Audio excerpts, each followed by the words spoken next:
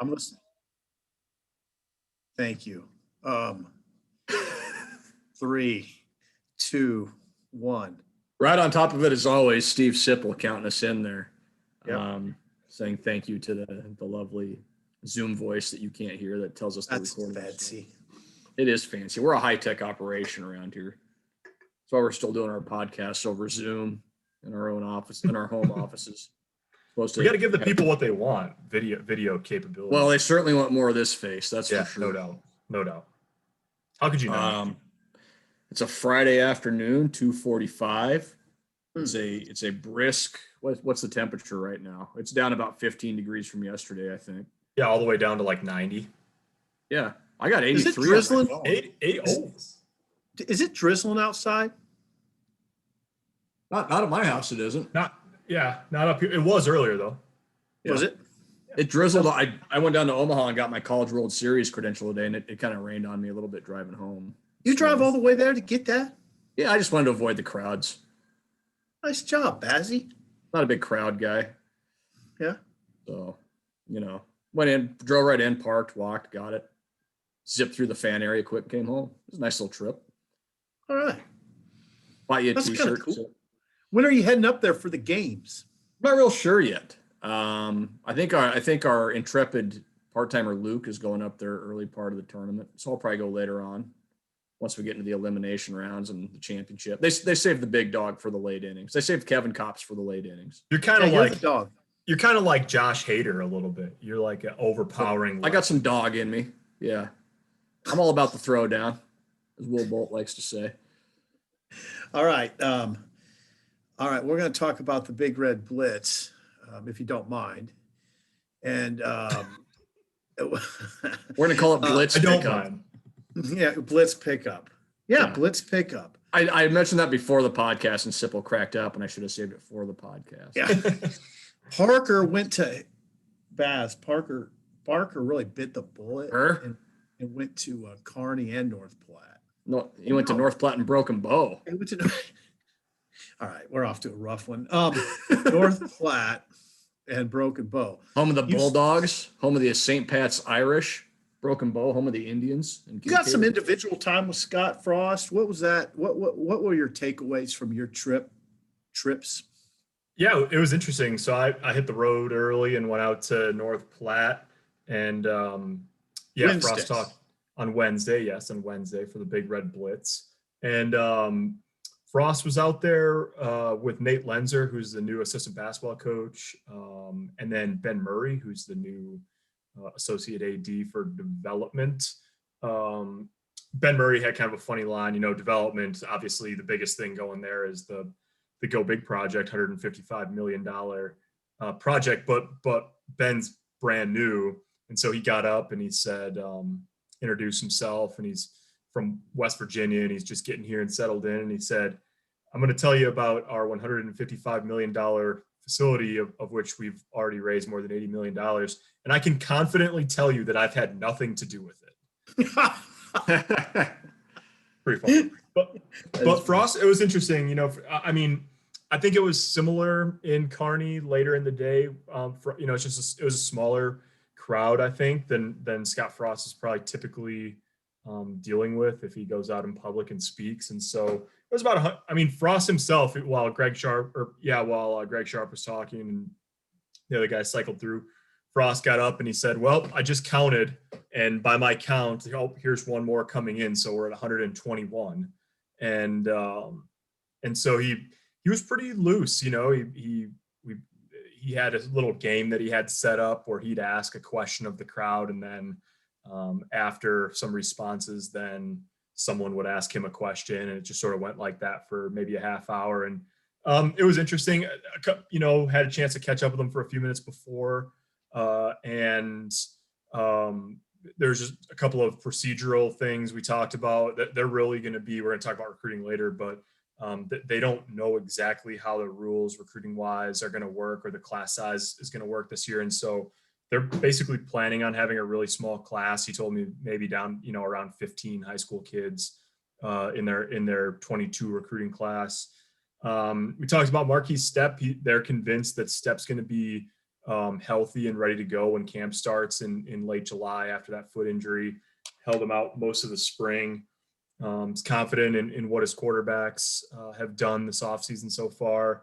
And then, when he was talking with the group, he talked a little bit about name, image, and likeness and the changes that are coming there. And not only the good parts of it, and it's interesting whether it's the transfer portal or NIL, Frost has sort of somewhat nuanced views about both of them, where he acknowledges the parts that the student athletes are really going to benefit from and that he likes about both of those sort of arenas. And then also, is in his mind realistic about what some of the pitfalls are or might be. So interesting day all around there. Not every day you get to do a radio hit while watching like a heron on the North Platte River, which I did before I headed out of town for Broken Bow. So Really? Yeah. Really? You saw a heron? Yeah, I pulled off. There's a park, like when you go north out of North Platte, I think it's Highway 83. Right when you get to the river, there's a little campground and a park there. So I was doing a radio hit right about then, and I had plenty of time, so I just pulled off, and I was sitting there, and there's this big heron like right down the way, and so it's God's country out there. Yeah, it is. It's God's country. And so then then a woman and her dog were sort of wading out into the river. So the heron and this woman and her dog were sort of, Mother Nature's battle for real estate. So it was quite something. That's a nice drive too now from North Platte. You just got pretty deep there, young man. Oh yeah. Yeah. That'll happen out in the Sandhills. You do a little philosophizing. You get out on the open road, and who knows what's going to happen. I'd go get lost in the Sandhills. It was a day of reflection. Yeah. Yes, it was. How do you feel about Frost? Should Frost in his position bypass expressing the qualms he has with the spiral of college football? Joking. Should he not maybe? I mean, do you honestly? That's an honest question. Should he maybe put a cap on some of the stuff he says? Well, it caused. There was. I don't think he should. By the way, I do not think he should. But I'm interested in your opinion. Yeah, and people that are listening to this probably know this, but Sipple's referring at least in part to a little bit of a dust up that ensued after the Kearney stop, which I wasn't at. In fact, I didn't know about this until Sipple told me about it at like 10 o'clock or something later that night because I was driving. But the Frost was talking about the transfer portal. And the interesting thing is he said essentially the exact same thing in North Platte that he did in Kearney, except for in North Platte, there was one little comment that he didn't make, which was we've had one guy who, transferred from here and then already is transferred from the next place to the next place. And it was a pretty clear, comment directed toward Luke McCaffrey's situation. But the funny thing is he could have just as easily said they've had two guys do that because Keyshawn Green has done the same thing. He left a little before Luke did, but I don't know, Stipple. I mean, then Christian McCaffrey and Max McCaffrey chimed in on Twitter and all that. Like, I guess you could take it as being disparaging, but like it happened, right? It happened. Like Luke went to Louisville and then he left there and now he's going to Rice. Like, it's not the end of the world. It's not even necessarily a bad thing. There's some columnists out there who might think that means college football is circling the drain, but like who cares? Like if he ended up in a situation now that he wants to be in, more power to him. That's fine. But Nebraska is going to lose guys into the portal and they're going to get guys out of the portal every year. It's just the way it's going to be.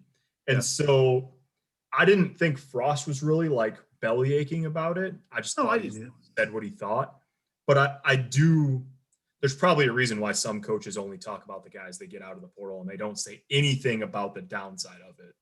Yeah, I think Frost just has some legitimate concerns about just the effect it has on kids' lives and the effect on the sport he loves. Yeah, and I think he has to be a little careful in expressing himself, but there's nothing wrong with expressing that.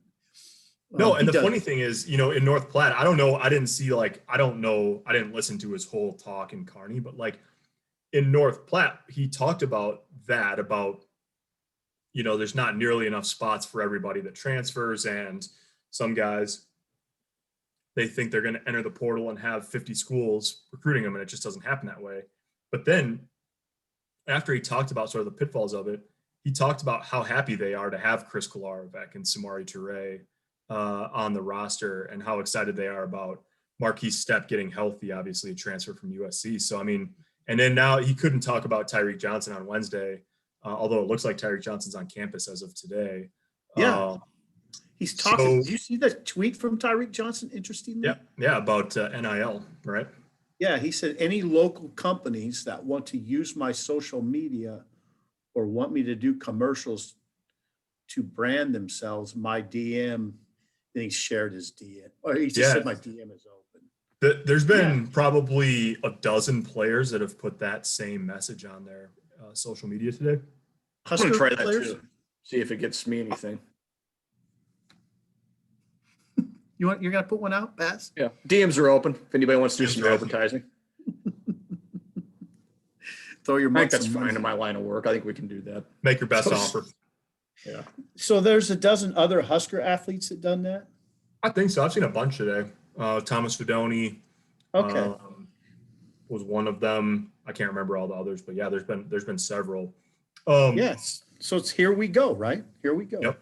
And this is part of what Frost laid out as his concern, maybe you would say, about the transfer portal and the name, image, and likeness, sort of coming down the pipe in the next couple of weeks, probably, is that his thing that he sort of outlined in North Platte was, well, you're going to get some situations in which a kid might be making some money at the school he's at. The schools the schools can help you maximize your marketability, but the schools aren't negotiating deals on behalf of players or anything like that. It's on the player to go sort of be entrepreneurial and figure it out.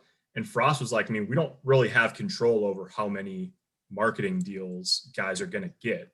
And so if a player's unhappy with how much money he's making, and maybe someone's tampering with him and is in his ear saying you can make more money at our place, then he's like, you could have kids transfer to try to go make more money somewhere else.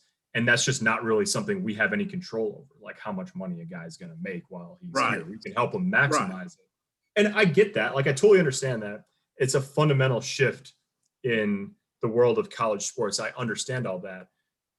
The flip side of that conversation is people leave jobs to go other places to make more money as a routine matter of opportunity, right, in the working world. And so I don't know, it's a big change. And Frost also expressed a lot, he laid out some of the reasons why he likes NIL and why he thinks Nebraska is going to benefit from it too. So I don't think there's clear black and white lines in what Scott Frost thinks about either of those issues. No, I don't think there is for a lot of people, because you don't know how it's going to look. You don't know what it's going to look like. So it's hard to know for sure how to judge it right now. Yeah, it might be 2 or 3 or 4 or 5 years before we really even have any idea what it would look like. Because obviously, some stuff's going to happen the first year, and there'll be a reaction to that, maybe an overcorrection, and then maybe back the other way. It might be a ways down the line before we get a true idea of what this. It's got to be interesting. Like, do we cover when a guy signs a deal with if a player, he or she signs a big deal with some sort of entity like Clorox scrubs or something? I'm sure that's what it's going to be. Yeah. Lexi's son here for Clorox scrubs. Keep your apartment clean. I just stopped at the Time Shop over on O Street today to get a new watch band. And I was thinking like maybe Deontay Williams could sign a deal there, and because he'll clean your clock. Oh, there you go. God, that's good, Parker. Gee, there might be a market. There's the market. Maybe we should open a side gig. Like, we write all the copy for all these ads for these. It's good. That's a good one. There's a lot of people out there that have their hands in the pie. There's people out there that are helping kids sort of like identify their brands, develop it, like you say, Baz, copyright. I mean, there's a lot of people that are gonna help athletes, college athletes, make money, and who also are out to make money off of college athletes. Yep. Clean. Yeah, I like that. All right. We might have to do a podcast someday where we just come up with a bunch of slogans for different athletes. Yeah. Yeah. Yeah. Okay, Baz, you were in GI, right? I was in Grand Island, not far from the motherland for me, not far from the motherland for Scott Frost. A little far away from the motherland for Fred Hoiberg, who was speaking there, way far away from the homeland for Travis Fisher, who was also speaking there.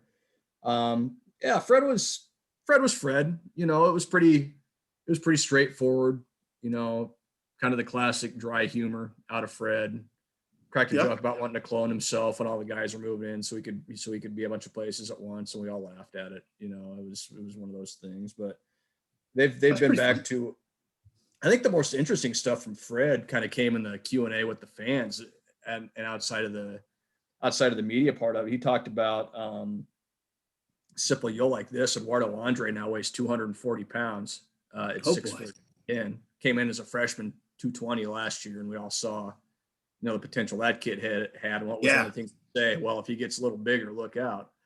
Well, he's 20 pounds bigger now, and he looks like it in a couple of the pictures I've seen. So I thought that was pretty interesting, and he's going to be a guy that's competing for playing time, obviously, right off the bat. He also mentioned they're trying to set up an exhibition with a high major opponent, kind of similar to the Hurricane exhibition a few years ago when they played Mississippi State down in Starkville when Tim Miles was the coach, and all the proceeds went to hurricane relief. It would be kind of a similar deal this year. They'll have their normal, you know, their secret scrimmage, closed door scrimmage. They'll have their exhibition against a Wayne State or a UNK or whoever it may be. Then they're also going to have this exhibition against a high major team and sell tickets for it. It's going to be open to the public, and proceeds going to charity. So it's going to be fascinating to see who that is. I was told it's going to be a familiar old rival of Nebraska's, whatever that means. Would it be a familiar old alma mater of Fred Hoiberg? Potentially. There's a young man coaching at that alma mater right now that was on Fred's staff when Fred was at Iowa State. So we'll see what that looks like. But I've also heard that Fred doesn't really have much interest in coaching against his old team either. So we'll see. Now, you probably saw a lot of tickets if Nebraska played Iowa State, especially if you played it in Iowa. And it wouldn't count. I mean, you know, it wouldn't count to your record, which would maybe be a nice way to do that for Fred. And also, Iowa State went 0 in the Big 12 last year, so it would be a good exhibition for Nebraska. There you go. Yeah, now it makes sense. So we'll see.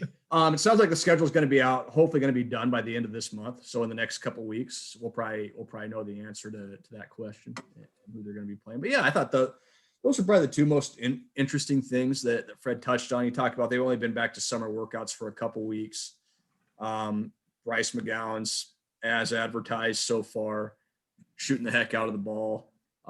He said Wilhelm Breidenbach, the other big-time freshman in that class, is rehabbing really well from his meniscus tear and may not need surgery, which would be great news for him, of course, and for Nebraska, and has also shot the ball really well, just doing some spot-up, standstill shooting type stuff. But he said, yeah, he likes the group.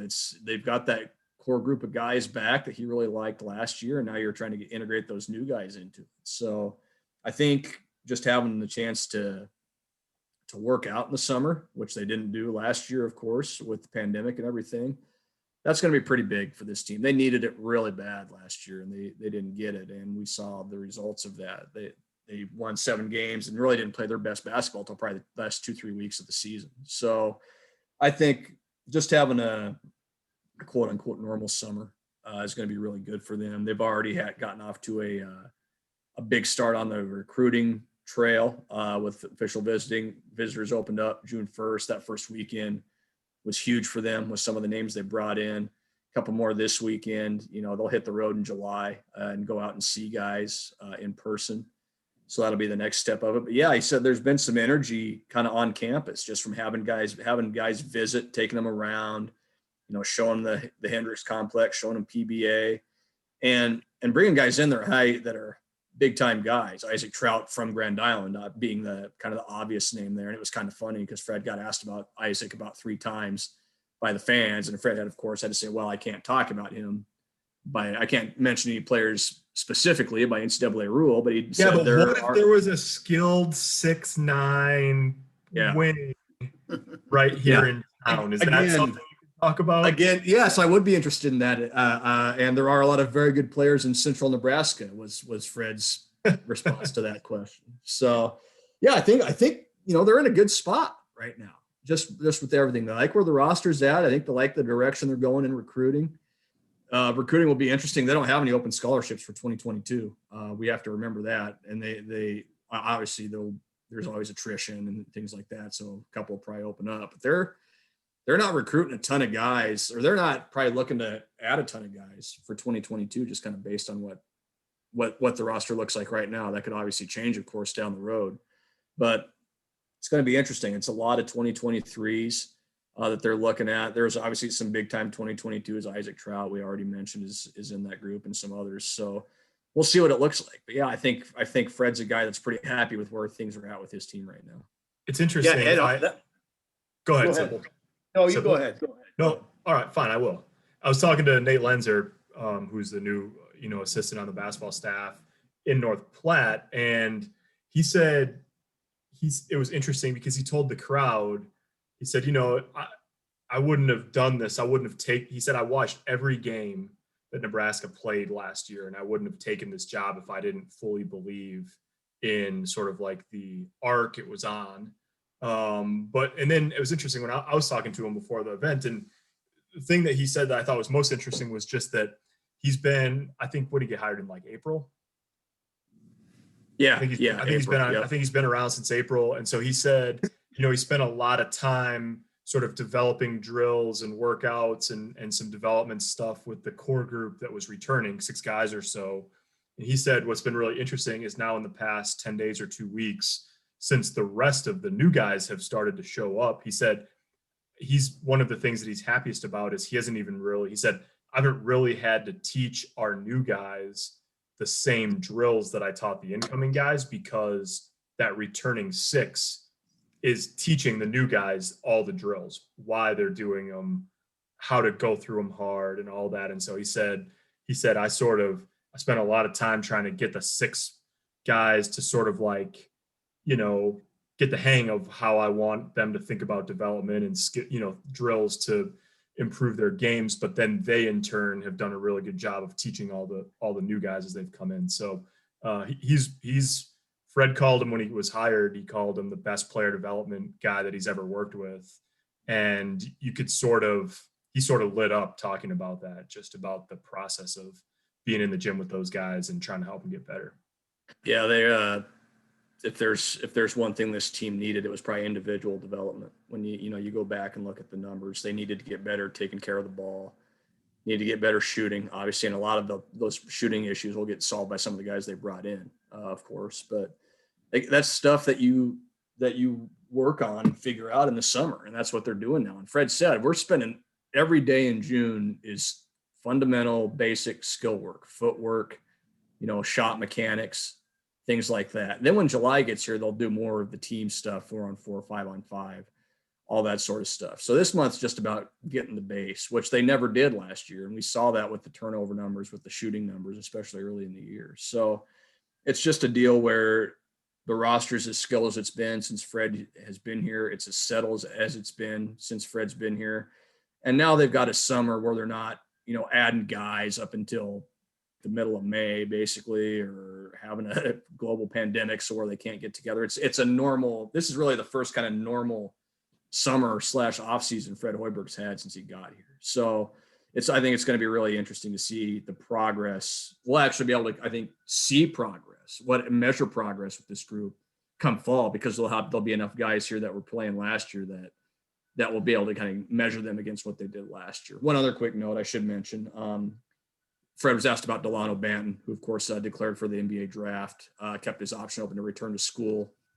For those that watch the videos the team puts out on Twitter, Delano's been working out with the team. He's still going through that process. I would expect him to be back in Lincoln when school starts. I think this is more of a feedback what do I need to work on? Excuse me, sort of thing. But just wanted to get that tidbit in there that, yeah, Delano's been working out with the team while he's also working on getting feedback from NBA people. Excellent. Simple. Where'd you go on the Blitz? Norfolk? I went to Norfolk, to the Midtown Event Center. It was pretty cool. It's a new event center.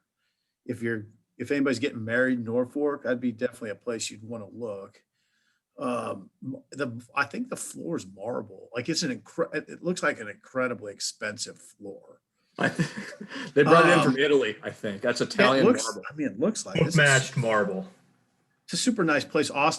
Greg Austin, Mike Dawson, Matt Davison, Brandon Meyer, and Paul Klempa, the women's bowling coach, were on hand. Paul Klempa, national championship coach, by the way, Paul Klempa has all his bowlers back from the national championship team.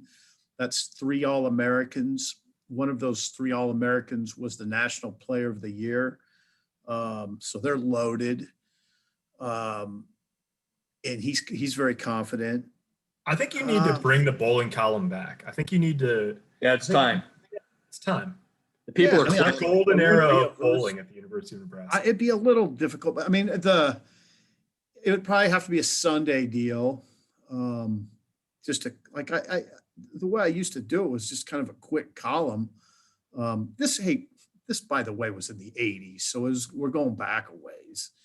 But Lincoln had a huge. I think it's still a pretty big bowling town. It was certainly a big bowling town back then.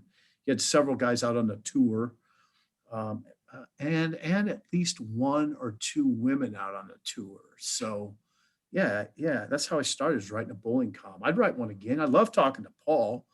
Paul's a gem. Paul followed a gem too. He followed a legend in Bill Straub, and he talks a lot about that, how it was not that easy, but Bill Moose told him to put your own spin on it, so to speak. No pun intended for the bowling coach. That bowling column just writes itself. There was probably, I think I counted 37 people, give or take.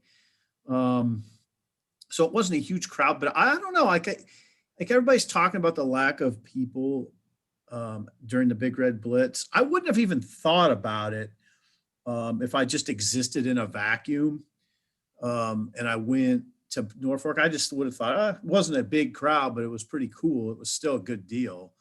And I think it's important that these tours continue to happen. In fact, I would do 2 a year if you can find 2 good spots on the calendar. Yeah, it's obviously critically important in my opinion. Yeah, it's obviously, these being at noon or 1 o'clock and 4 o'clock on a Wednesday, it's not real easy for people to get away from work or whatever to go to do that. And we were talking about this in the office yesterday. My genius idea was they need to have these things in the evening, 7 o'clock. You can still do it on a Wednesday, do it 7 o'clock or whatever. And then you have Bill Moose do a radio ad, do a TV ad, do a Facebook hit where he says, I've bought a keg for each of our stops, and I'd like you to come have a drink on me and listen to our coaches as they get out to meet you. And you probably solve your attendance problems real quick. And it could be a prelude to having alcohol at PBA, Haymarket, and maybe eventually Memorial Stadium.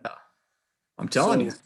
Yeah. So there you go. That's not bad marketing. In your marketing department, you can send that check to Chris Bassnett. That's Basnett. Yes. Okay. Of the Journal-Star.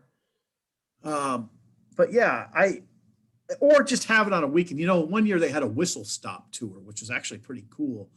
They were on a train that was ripping through Nebraska, and they would stop like in Grand Island. I went to the one in Grand Island, and there were a lot. There was actually quite a few. I mean, it was probably 200 people at that. Bo Pelini was there, and that big fullback Baz that used to play, Schlesinger, was there. It was actually pretty cool. That fullback named Schlesinger, maybe you've heard of him. Saturday, yeah. This was on a Saturday, so it was different. It was a Saturday morning. Can you imagine Moose conducting a train through Nebraska?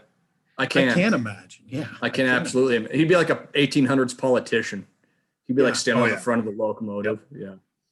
You So could there you go go. back to the caboose to like, he'd have his desk back there and you could go back there to like. No, interestingly, I noticed something in the world that you don't see cabooses anymore. I frequently True. get caught. I get caught at that crossing at 33rd and near Cornhusker all the time, and I always see there's no cabooses.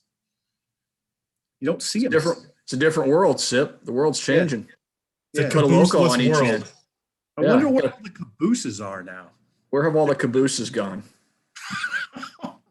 Just a big junkyard of cabooses somewhere. Just a caboose graveyard. Like a Right graveyard. by the Cadillac Ranch. Ah, there it is. There it Yeah. is. 3:15 now. It's 3:15. We get a little football talk in here quick. Football but- team got a couple commits recently, a quarterback and a running back, two Yes. positions of need. Richard Torres, your quarterback out of Tejas, 6'6", kind of a galloper, you might say, had a long stride. Yeah. Picked up a running back yesterday, Ashton. I'm going to forget his last name. Ashton Hayes out of Nevada. Again, pass catching type, can do it all, sort of back, dual threat back. And Parker, what do you know about those two guys? Yeah, Richard Torres, otherwise known as Richie Rich. Like you say, Baz, I mean, big arm. He's a tall kid. He looks, when he was on his visit, he looked really thin. I mean, it's just a tall, lanky kid, but he weighs north of 200 pounds already. And his coach, Ricky Locke, told me that, by the time he gets a year in a college weight program, he's probably going to be 6'6" or 6'7" and 235, 240 pounds. So he's just a big kid. He's got pretty serious arm talent.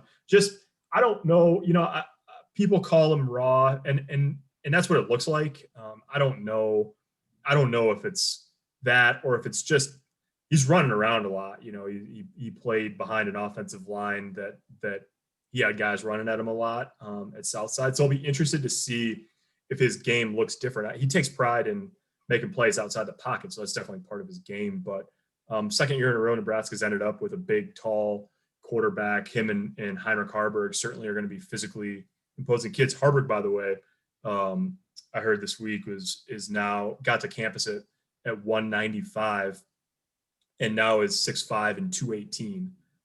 So we saw him at Friday Night Lights camp a couple weeks ago, and he looked like he'd put on good weight, and he has. And then Ashton Hayes yesterday committed. He put up insane numbers when he was a sophomore in high school out in Reno. He had almost 2,800 total yards of offense as a sophomore, and then ran for essentially 140 yards a game in a shortened season last year. Nebraska's been on him for a while. It wasn't, I don't think a lot of people knew, I certainly didn't until the last couple of weeks, how seriously Nebraska was after him and frankly, how serious his interest in Nebraska was. But an official visit last weekend sort of sealed the deal, and he verbally committed last night. So he's that kind of, I found this really interesting. He's a fast guy. He's 5'11" and 180. He's not a big back. He's not Jaquez Yant or even Gabe Irvin, but he's sort of that change of pace, more of a speed back. And Ryan Held, he said the film that he watched with Ryan Held was mostly Wandale Robinson and Maurice Washington. Maurice Washington was a running back that could play some receiver. Wandale, obviously, a receiver that could play running back. That's kind of how they see him. He's a little bit of a Will Nixon type, even though we haven't seen Will Nixon because of injuries so far. But he's a guy that they think can do a lot of different things. And so they're up to 5 in the class, 4 of those kids, Hayes, Torres, and Chase Androff have all committed this month. So 3 of the 5, I guess, have committed this month already. And then, to go along with the other receiver, Victor Jones, and the linebacker from Columbus, Ernest Hausman. So class is coming together quick. I wouldn't be surprised if there's more in the boat this week or this weekend, maybe at least 1 more or 2 more, and then we'll see where it goes from there. But it's really interesting. I mean, when you think about 5 guys in the class, I mean, they might be targeting only hitting 15 for the year high school wise. So they're, 5 is sort of the rough equivalent of more like 8 or 9 when you're talking about, percentage of spots in the class that are already full at this point. Tonight. So what is happening tonight? Tonight. It's great for Smashing Pumpkins song. Yeah, tonight is the second Friday Night Lights camp of the month, and there's going to be some interesting guys there, including a very young quarterback named Dylan Raiola. He's a 2024 prospect, and if the name sounds familiar, that's because it's Dominic Raiola's son. So we can all feel very old on the one hand, and then on the other hand, one of the most talented quarterbacks that will have been at this camp in several years. He's already got offers from Georgia and from Washington State. He's garnering interest from pretty much all the heavy hitters in college football. He's thrown. I talked to Dom last weekend, and Dylan Raiola has already thrown for Texas, and that's right near where they live. He's thrown for Clemson. He's thrown for Alabama. He's thrown for Georgia. He's going to Notre Dame and Oklahoma later this month. So, he could have just thrown in a private workout this morning in Nebraska. I wouldn't be surprised if they offer him a scholarship this weekend after they see him. Could have just done it behind closed doors and done the recruiting barbecue today and gone on their way. But he told his dad, no, hey, look, if there's going to be a camp out in the stadium under the lights, I want to throw. Let's do it. So he's going to be out there tonight slinging it around, and it'll be interesting to see how it looks. There's going to be a couple, like Ben Bramer, for example, 2023 kid that's already committed to Nebraska, told me he's coming back to work out at this one too. And so it'll be a pretty interesting picture. Dylan Raiola throwing to Ben Bramer at the camp tonight. How many fans have showed up for this? That's a 47,000. Yeah. I don't know, Sipple. It's hard to estimate when you're in when they're sort of scattered through the West Stadium like that. Maybe I don't know what there was at the first one, 500 people maybe, 300 to 500, something like that. I think in 2019 it was more like 1,500, and I don't think it was that many 2 weeks ago, but that's a really rough guess on my part. Good number. There you go.